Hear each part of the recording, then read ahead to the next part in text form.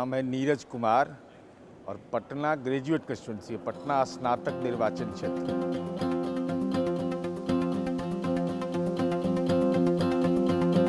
यह एक महत्वपूर्ण आज़ाद हिंदुस्तान में पहली बार हो रहा है और MIT को इसके लिए बधाई।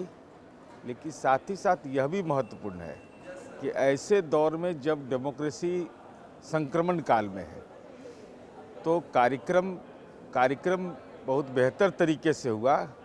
लेकिन हमारी उम्मीद एक है कि इसमें एक और चीज़ मेंशन करना चाहिए कि जो कॉन्स्टिट्यूशन के तहत लेजिस्लेचर है तो उसका प्रियम्बल जरूर मेंबरों को पढ़ाना चाहिए।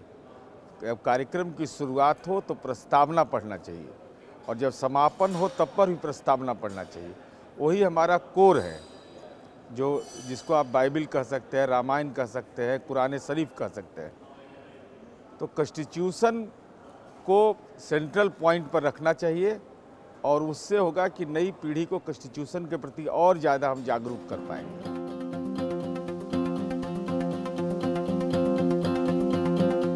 पॉलिटिकल लाइफ में सबसे बड़ा प्रॉब्लम अभी हो गया है क्रिमिनलाइजेशन और मनी पावर। ये दो बड़ी चुनौती है और एक तीसरा है कि सोशल हेट्रेड जिस तरीके से बढ़ रहा है, यह एक चुनौती है। और क्रिमिनलाइजेशन और मनी पावर, जो मसल पावर जिसको भी क्रिमिनलाइजेशन को कह सकते हैं, ये बड़ी चुनौती के रूप में है।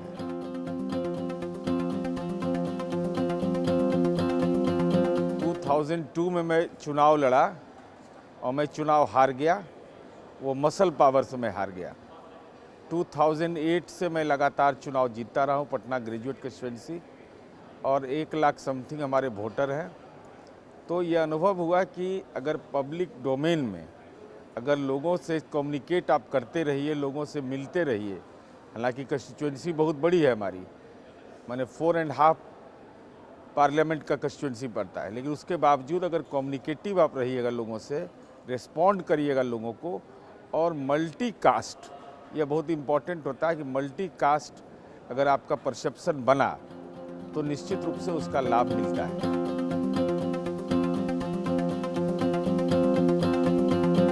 डेमोक्रेसी का जो सबसे महत्वपूर्ण बिंदु यह लगता है कि अपनी बात को कहना मजबूती के साथ, और उसको आप लॉफुल कहिए, तार्किक रूप से कहिए, तो लोगों के बीच अप्रिसिएशन मिलता है उसका। और कोई भी बाइंडिंग नहीं, चाहे वह पॉलिटिक्स में पार्टी का बाइंडिंग है या दूसरे कास्ट का, क्रीड का, इससे आदमी को अलग रहना चाहिए। अगर हम आए हैं तो हम अपनी लकीर खींचेंगे।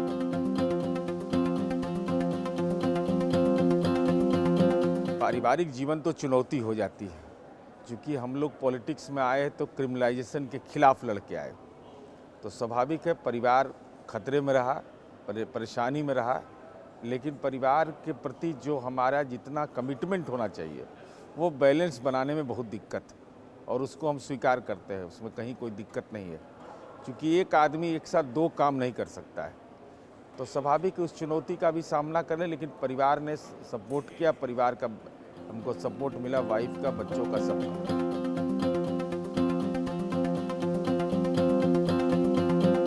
राजनीति में नौजवानों को आना चाहिए, ये डेमोक्रेसी के लिए आवश्यक है।